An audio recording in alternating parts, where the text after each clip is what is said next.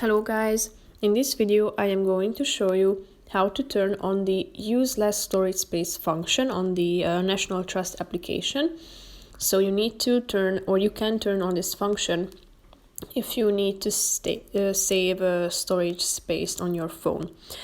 But first I just want to mention, don't forget to subscribe to my channel, because at 10,000 subscribers I am going to show you my whole YouTube revenue statistics and growth strategy, how to make money online. So let's jump into it. First of all, open the app on your phone and now click on the More icon down below, which is the last option. Then you should tap on the Help and Settings option, which is the last one. Scroll down till you find this Use Less Storage Space option. Click on this button, thereby turning on this function on the application. That's pretty much it for this video. I hope you found it helpful. If you did, consider subscribing and see you in the next video. Bye bye.